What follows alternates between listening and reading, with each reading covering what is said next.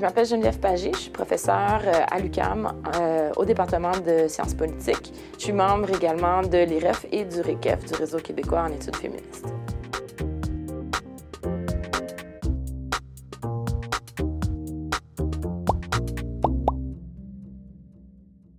Définir la science politique, c'est pas si compliqué.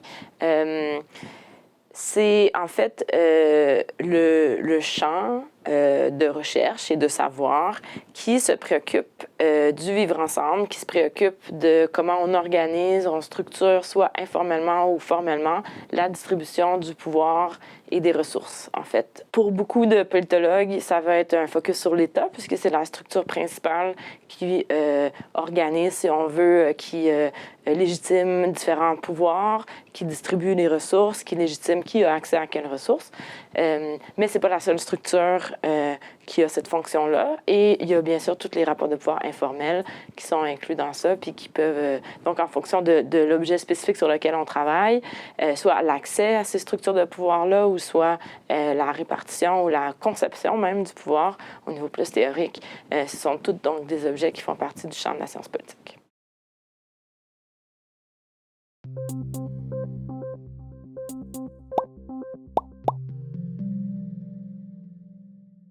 Des féministes qui ont contesté les interprétations du pouvoir dans la société, il y en a toujours eu.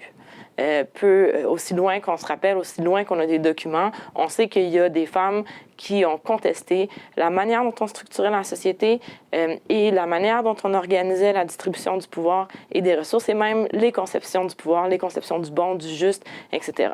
Après ça, de manière plus contemporaine, si on parle en termes plus officiels de structuration du champ dans un espace universitaire, de recherche, etc., ben, ça reste un champ qui est quand même à dominance très masculine, notamment par ses conceptions, la manière dont il comprend la réalité. Mais c'est pas non plus nouveau, là. Ça fait depuis, il y a quand même, depuis les années 50, là, facilement qu'il y a des femmes qui sont dans la discipline de la science politique considérée comme universitaire, là, qui ont contesté, qui ont remis en question différents aspects de cette discipline-là.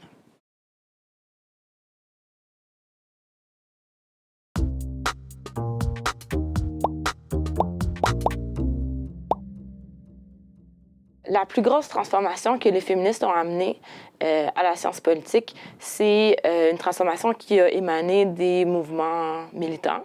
C'est tout le questionnement à savoir que le personnel est politique.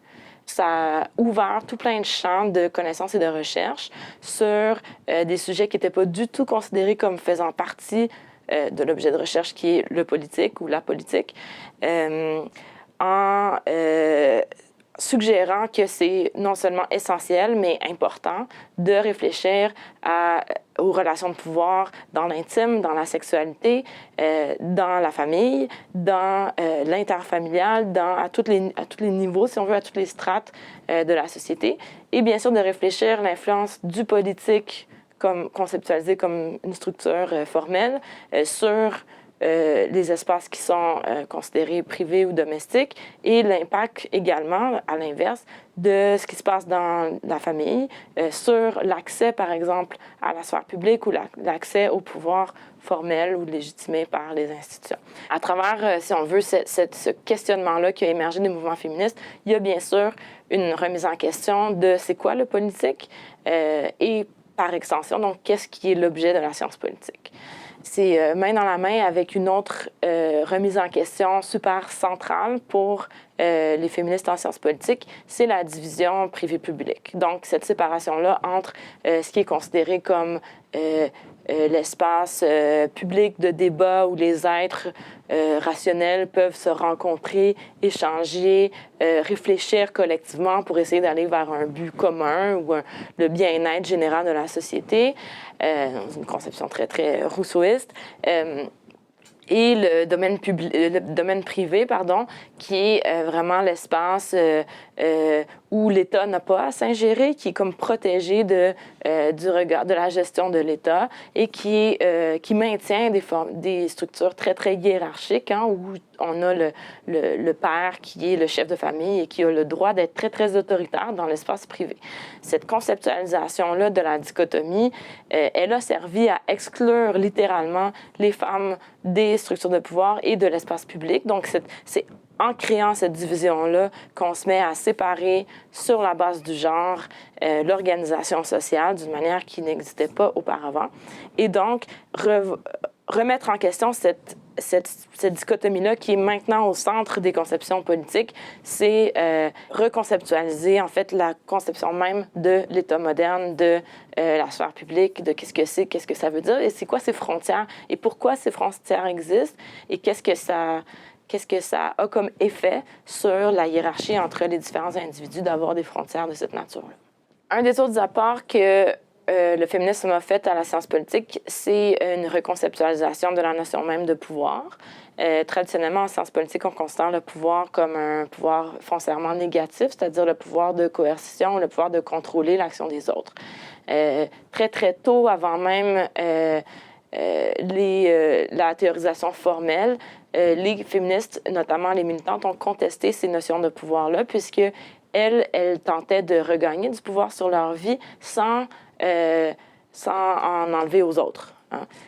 Et donc, on se retrouvait, elles ont dû reformuler la conception même de c'est quoi le pouvoir pour être capable de parler de pouvoir avec, de pouvoir d'action et non de pouvoir sur ou de pouvoir négatif. C'est bien sûr des choses qui ont été théorisées formellement un peu plus tard. Et c'est important de souligner que c'est même venu avant les théorisations foucaldiennes du pouvoir, ou en fait plutôt en même temps, mais disons de sources différentes, disons, où les raisons pour lesquelles elles ont émergé sont différentes. Un autre élément qu'on parle souvent, qui est moins classique en théorie féministe, si on veut, mais qui est vraiment plus spécifique à la science politique, c'est l'idée que faire de la politique, ça se passe pas juste par des structures de pouvoir. Fait qu'en science politique, il y a vraiment un biais, une compréhension de qu'est-ce que ça veut dire s'impliquer en politique, qui est assez rigide dans sa conception. Et donc, on a tendance à mesurer l'engagement politique des individus dans une société à travers leur membership dans les partis, les taux de vote, en fait, qui vote, pour qui, etc. C'est des conceptions assez rigides, donc, de comment on comprend l'engagement politique. Les politologues féministes ont démontré qu'en fait, même si en termes de taux de vote, les femmes vont autant aux urnes que les hommes, leur implication dans les partis politiques est souvent moindre par rapport à la population masculine. Même quand on enlève de ça les variables de responsabilité familiale et les autres éléments qui limite la possibilité, si on veut, pour les femmes à s'engager dans des structures formelles politiques. Au-delà de ça, on est capable d'isoler d'autres variables qui sont plus sur la base de l'intérêt. Et quand on tombe sur cet enjeu-là, en fait, ce qu'on remarque, c'est que les femmes sont très, très prônes à s'impliquer dans leur communauté, dans des espaces qui ne sont pas des espaces considérés comme des partis politiques, mais qui sont très, très, très actifs, voire même beaucoup plus que les hommes, dans l'amélioration de leurs conditions de vie collectives immédiates, mais qui ne sont pas considérés par les structures de pouvoir comme de la politique. Et donc, quand on change notre conception de qu'est-ce que ça veut dire qu'un engagement politique, rapidement, on voit que les femmes, en fait, sont beaucoup plus impliquées dans leur communauté, dans la réflexion collective à l'organisation des ressources et du pouvoir dans leur communauté que peuvent l'être les hommes. Souvent, ça nous amène à réfléchir à c'est quoi, en fait, qui fait que les femmes n'ont pas envie de s'impliquer dans les structures de pouvoir. Certaines recherches démontrent que c'est notamment le caractère belliqueux des structures de partis politiques où il faut constamment être en confrontation et c'est vraiment nous contre eux comme organisation disons, de lutte de pouvoir, alors que dans les espaces communautaires ou dans les espaces plus immédiats dans la vie des femmes, on va vers des recherches de consensus beaucoup plus profitables à tout le monde, en fait. Et donc, l'objectif, c'est améliorer la société et non gagner sur l'autre ou sur l'autre partie, etc. Ce qui est un mode de gestion et de réflexion qui souvent est plus efficace et qu'on vient plus à répondre immédiatement aux besoins des communautés, élément qui est central pour les femmes puisque c'est souvent elles qui sont responsables de l'impact de ces politiques-là immédiatement dans leur vie de par leur responsabilité familiale.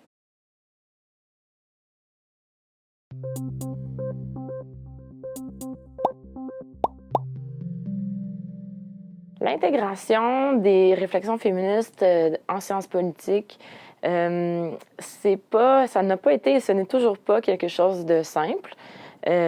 J'écoutais l'autre jour le discours d'ouverture de la présidente de l'Association canadienne de sciences politiques, Jill Vickers, qui faisait un constat en 2015 à l'effet que même si pendant sa carrière à elle, le nombre de professeurs dans les départements de sciences politiques dans le monde anglo-américain avait passé de 5 à 30 en moyenne, elle soulevait l'échec à avoir réussi à remettre en question les bases de la science politique.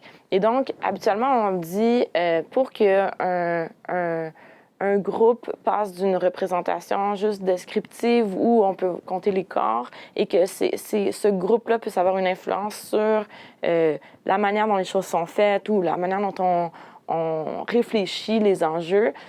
Souvent, justement, le seuil critique, c'est autour de 30 33 c'est l'atteinte du tiers qui permet souvent que ces personnes-là ne soient pas nécessairement isolées ou ce qu'on appelle en anglais des tokens. Mais elle disait dans ce discours-là, malgré le fait qu'on a atteint le tiers, si on veut, en fonction des départements, quand on réfléchit aux enjeux qui sont discutés en sciences politiques, aux revues, aux auteurs, aux concepts qui sont utilisés, les féministes ont échoué à transformer les bases de la science politique. Elle attribue ce phénomène-là à deux éléments. Le premier, c'est le fait que les bases ontologiques de la science politique sont tellement masculines que les transformer, ça veut dire remettre en question la discipline. Et j'en donnais un exemple quand je parlais de la division publique-privée. La division publique-privée, elle est tellement centrale à la définition même de l'état de l'objet de la science politique, de la manière dont on réfléchit le pouvoir, que quand tu remets ça en question, c'est comme si la moitié de ce qui était fait dans la science politique tenait plus. OK, on a la même conception par rapport à la sécurité. Hein, on a des conceptions super traditionnelles en sciences politiques de qu'est-ce que la sécurité. C'est super central, la notion de sécurité, dans la mesure où la fonction principale de la constitution de l'État, c'est garantir l'intégrité physique des individus. Si l'État n'est pas capable de défendre ses citoyens contre un agresseur, ça justifie une remise en cause de l'État. Mais cette conception-là, par exemple, de la sécurité, elle est tellement masculine qu'elle est incapable de gérer la violence faite aux femmes à l'intérieur de la communauté.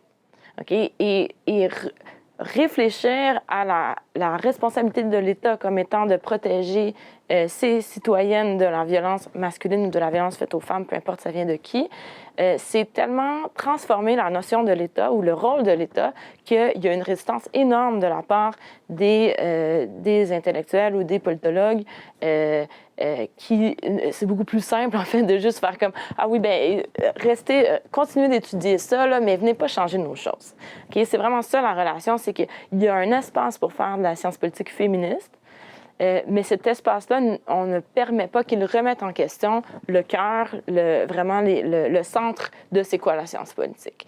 Et ça nous amène donc au deuxième élément dont Jill Vickers parlait, qui est le fait que il y a comme ce cœur-là qui est difficilement attaquable. Et après ça, il y a une série de sous-champs, en fait, qui existent en sciences politiques, que je ne vous nommerai pas tous. Et à ce titre-là, on a permis, les féministes ont été capables de travailler à créer un champ, la science politique féministe, si on veut, ainsi que des petites incursions dans chacun des autres sous-champs. Mais on n'a pas été capable de... c'est resté très, très parcellaire et très, très diffus dans les départements. Il y a 2 politologues féministes qui travaillent dans un sous-champ. Et donc, même si elles sont capables parfois de transformer leur sous-champ, elles ont la difficulté, si on veut, à atteindre le cœur de la science politique, qui est très, très confrontant. Quand on se met à poser ces questions-là, ça remet en question tellement les bases qu'il y a énormément de résistance. Ensuite, ce qui est intéressant d'observer, c'est que les résistances, ils ne se reconnaissent pas elles-mêmes. Hein? Comme toute résistance, sont camouflées. Et donc, c'est pas sur cette base-là qu'on va refuser la légitimité aux féministes. Hein? C'est sûrement pas parce qu'elles le remettent trop en question.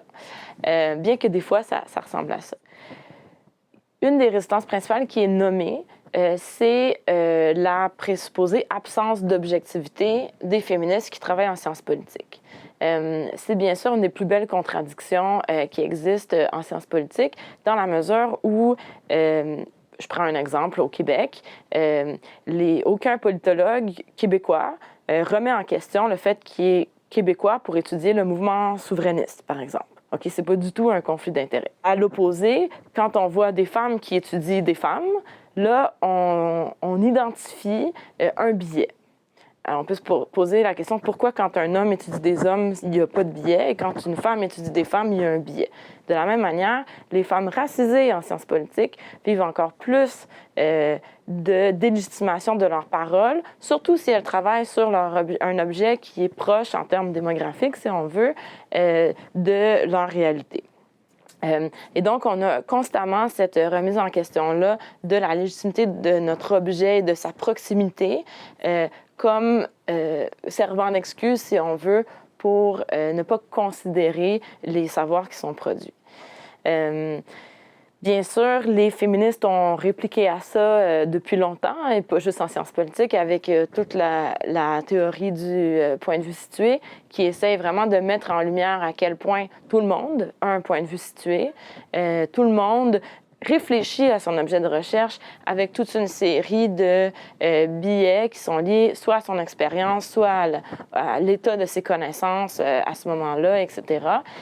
Et donc, au lieu de faire comme si on n'avait pas de biais ou de faire comme si on n'avait pas d'angle mort dans la manière dont on approche un objet, on est aussi bien d'essayer d'y réfléchir, d'y faire face frontalement, de s'asseoir, de dire, OK, quelles sont les expériences de vie avec lesquelles, qui ont une possibilité d'influencer la manière dont j'approche un problème, la manière dont je pose les questions, la manière dont je vais réfléchir à la meilleure méthode pour arriver aux réponses que je cherche.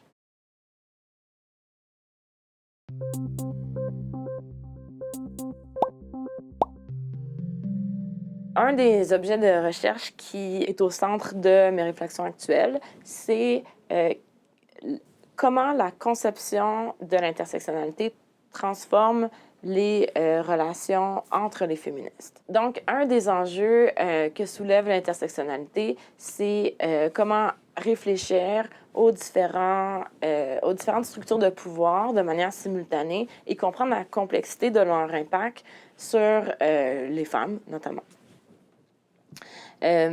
Cette réflexion-là de penser les structures de pouvoir comme étant imbriquées, comme s'influençant mutuellement, c'est sûr que ça donne un choc à la manière dont les féministes ont traditionnellement réfléchi la lutte. Et donc, moi, ce qui m'intéresse, c'est de voir comment cette transformation-là théorique qui émerge des mouvements a un impact sur la manière dont sont structurées les luttes féministes au Québec.